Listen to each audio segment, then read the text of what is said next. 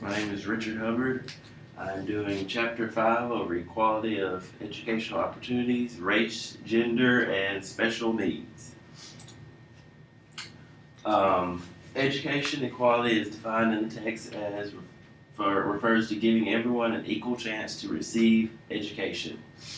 Another aspect of equality for students is equal treatment of students, and are all students given the same chance to learn in school.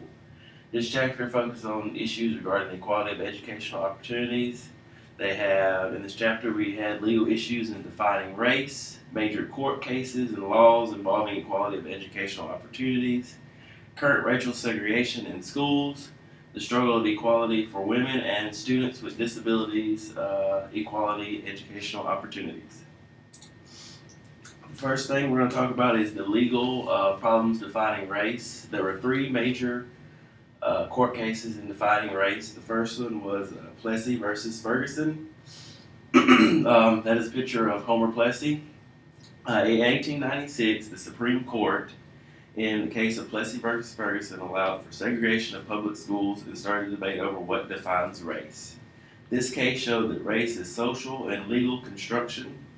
This case involved the one-drop rule. So, one-drop rule was famous in many southern states. If anyone had African American ancestors, no matter how distant, they were considered African American.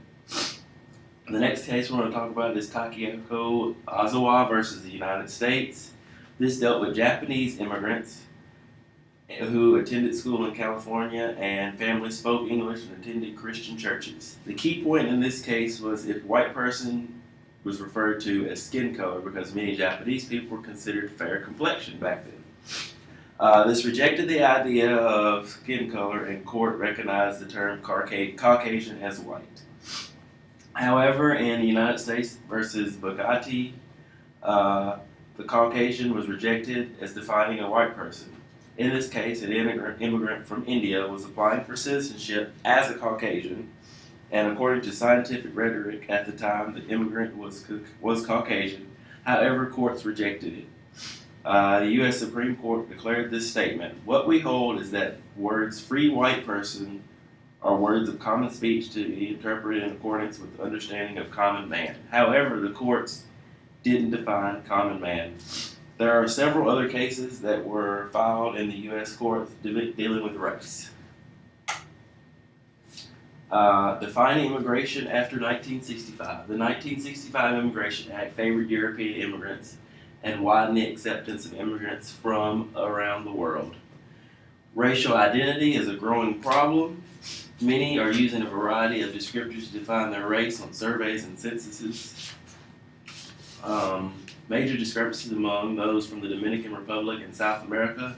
If you take a look at our book on page 109, table 5-1 shows many of the discrepancies. Whites and blacks have the highest percentage of claiming either native black or native white on paperwork. The text also notes that large racial discrepancies identified in Dominican Republic and South American. They identify themselves as white, black, Indian, American, Dominican, Hispanic, Latin American, Latino, and several others. So in other words, they're mostly identifying with their home country, I believe is what the text said. The U.S. Census used a variety of efforts to resolve this issue of defining race in personal identification and questions.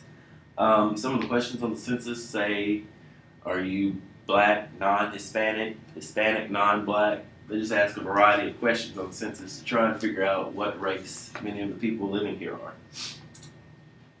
The 14th Amendment for equality of educational opportunities. The 14th Amendment called for equal treatment, and by law, no one should receive special privilege because of race, gender, religion, ethnicity, or wealth.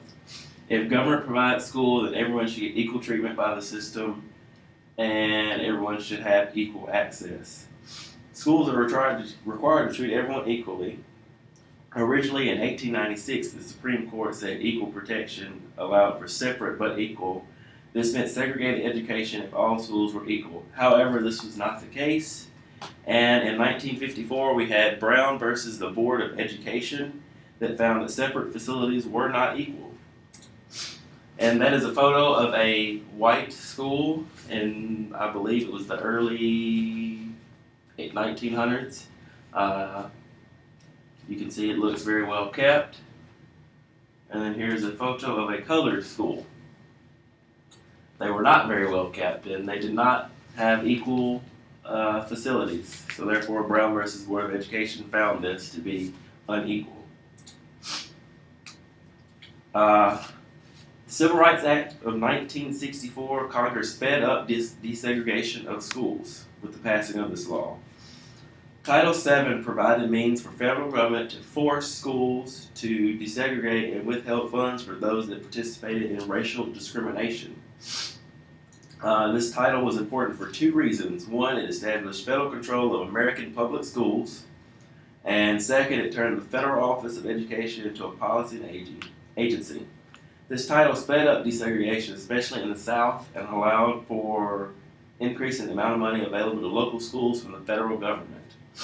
The North, however, had no laws on separation of race like the South, but racial segregation still was prevalent, especially in the schools.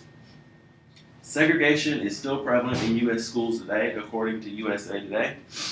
According to the text, in 2006-2007, about 24% of all public elementary and secondary education students attending public schools in which enrollment of minorities was at least 75%. Only 3% of white students attended schools that were segregated. It says blacks and Latinos segregated in schools has increased over the years. Warning of resegregation can date back to 1999. There was a civil rights conference, and there were three reasons given at this conference. Recent court decisions outlawing race as a main factor in student assignment, increased racial segregation, and increased role of private schools contribute to segregation. So many schools were, if they were in a poor neighborhood, majority of the students that were zoned for those schools were either minority or African American, so therefore those schools were segregated. The text also talks about second generation segregation. Second generation segregation refers to forms of racial segregation that are a result of schools practicing such as tracking, ability groups, and the misplacement of students in special education. Students are grouped together based on achievement and test scores, and often placing mainly one race into a group. Unequal treatment of punishment also occurs in second generation segregation. And in our text, it talked about a situation where a school was integrated and African American students were doing the same kind of misconduct as a white student. However, the white student would be sent back to class while the minority student would have to sit in the office and be punished. There's also a division in student activity shown in the text in a school in Memphis where all the African Americans were integrated into a white school and took control over athletics while the whites controlled government ROTC and school clubs. Now we're going to move on to the equality of women. Women have struggled for justice just as minorities in education. The drive for equal education led to the National Organization for Women, NOW, which was set up in 1966. NOW urged for women to eliminate quotas against women in college and school admissions, as well as encourage women to pursue higher education. NOW helped the passage of Title X in 1972 with the Higher Education Act. It says that no one in the U.S. can be excluded from participation, denied benefits, or discriminated against in any educational program or activity receiving federal financing. During the 1970s to 1990s, there were several achievements occurred that helped provide equality for women in education.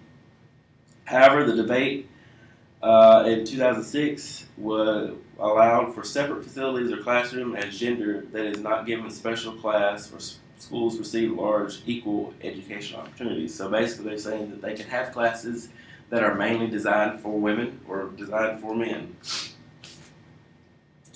Now we're going to move on to students with disabilities. The civil rights movement included students with special disabilities. Students with special needs could participate in schools with other students only if they receive some form of help. Local and state authority needs have neglected, often students with disabilities because they're expensive, and students with disabilities, often before the passing of the Disability Acts, were lived in institutions. Groups organized and turned to courts to improve education of special needs students. This came in the formation of PARC, which stood for the Pennsylvania Association for Retarded Children. PARC was formed to help students with special needs and concerned with state laws that excluded citizens with disabilities. They went on to their court case. PARC versus the Commonwealth of Pennsylvania was the case that argued for the rights of children with disabilities. Public Law 94-142 was the Education for All Handicapped Children Act. Congress passed the Education of All Handicapped Children Act in 1975. This act guaranteed equal educational opportunities for children with disabilities. In 1990, Congress changed the name to the Individuals with Disability Education Act, which is IDEA, and the goal was to allow children with disabilities to attend regular classes. Some of the disability categories that text listed were autism, deaf-blindness, developmental delay, emotional disturbance, and hearing impairment. And I found an article online about response to intervention, which is what RTI stands for. RTI, they do in the schools now, I've noticed. It is a general education initiative that takes place prior to the evaluation of special education. It's kind of like an alternative method for identifying students with learning disabilities. It's broken down into tiers, I believe. The first 2 tiers requires teachers to use research-based instruction with all students and then evaluate the effectiveness of the instructions. RTI is based on 3 concepts: the application of scientific research-based interventions in general education, measurements of students' response to the interventions, and the use of RTI data to inform instructions. The article I found, its title of is Response to Intervention, General Education or Special Education, Who is Responsible? The article addressed 2 questions: who is responsible for implementing RTI, and what extent is evident in professional literature of educator groups, and what is the nature of the literature published? Basically, the article took and researched several journals to determine if there's a lot of information out there about RTI, since it's something kind of new. What he did was he searched 5 article databases and searched information related to RTI, and of the 144 articles he found, 128 were included in his study. Once the articles were gathered, coding definitions and scoring procedures were done. They used some type of rubric, and an 8-category was developed. They used information such as demographics, the focus of the article, how different models of RTI were presented. And the results he found in the article were the articles about RTI were found in 34 different journals and grouped according to audience. Then they were analyzed on their focus on RTI. Then the articles were analyzed concerning the presentation of different models. So in conclusion with that article, the author found that there are more articles being published in journals related to special education in regular education journals due to RTI, and was developed by special education educators.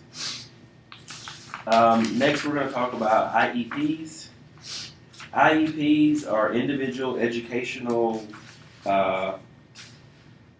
plans and have been written for every student with disabilities. An IEP gives students and parents or guardians the right to negotiate the local school systems about the type of services delivered. Teachers, school administrators, and parents work together to arrive at an IEP statement, and it is important that officials and teachers understand regulations with writing an IEP. In my presentation online, I included a copy of a blank IEP form for y'all to take a look at.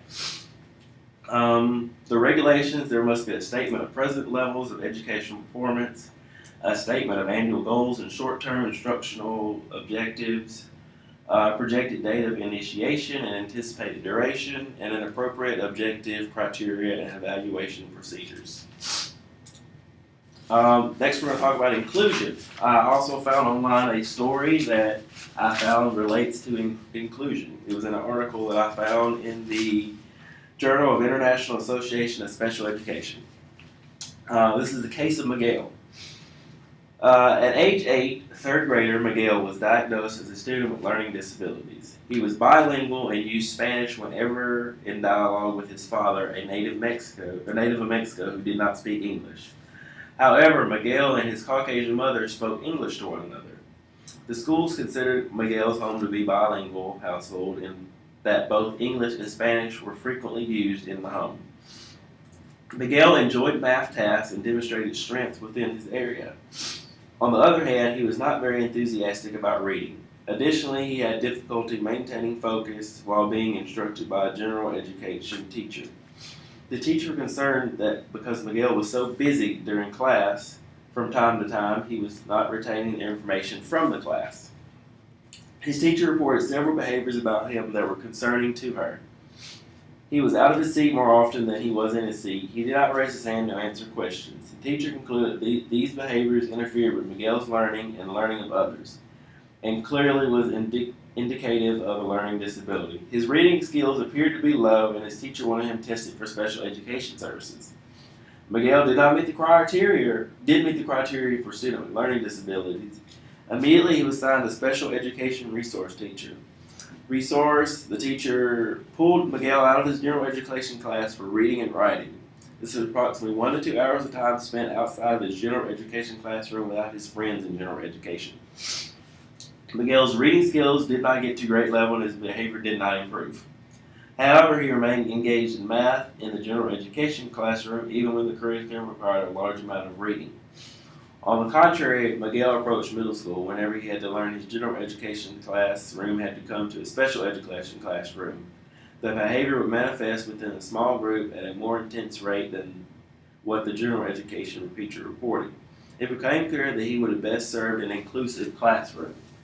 I have seen that too often where Hispanic or non-English speaking students are placed in special education courses and they are not really needed in special education courses, they just need inclusion courses. Full inclusion is said to improve educational achievement and social development of children with disabilities. Inclusion could have helped Miguel. Inclusion was to remove any bias against children with disabilities by allowing them to interact with other students. In the case of Alberta versus the Board of Education of Borom of Clementon School District argued that Americans with Disabilities Act, the ADA, requires that people with disabilities be given equal access to service provided by an agency receiving federal money. Inclusion created new challenges for regular classroom teachers. It said the teachers would receive extra training to help students with disabilities.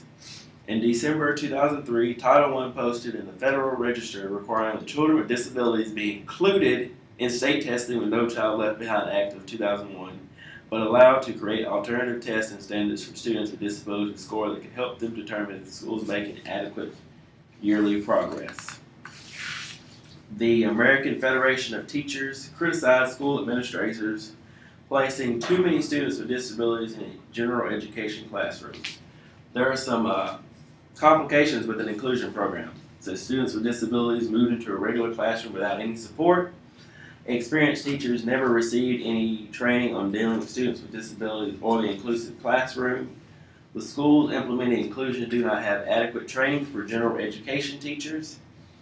Schools do not provide future teachers with basic knowledge of learning disabilities or situations, and general education teachers are excluded from IEP meetings. Also, another problem was parents of non-disabled students worry about their child's education. And that is my presentation on Chapter 5. Here's a timeline that I found online, timeline for special education. It basically goes through the steps in order for a child to receive special education. And as you can see, it looks like a lot of loopholes that you have to go through just to become eligible for special education. And right in there is where they have the IEP, the Individual Educational Plan. Thank you.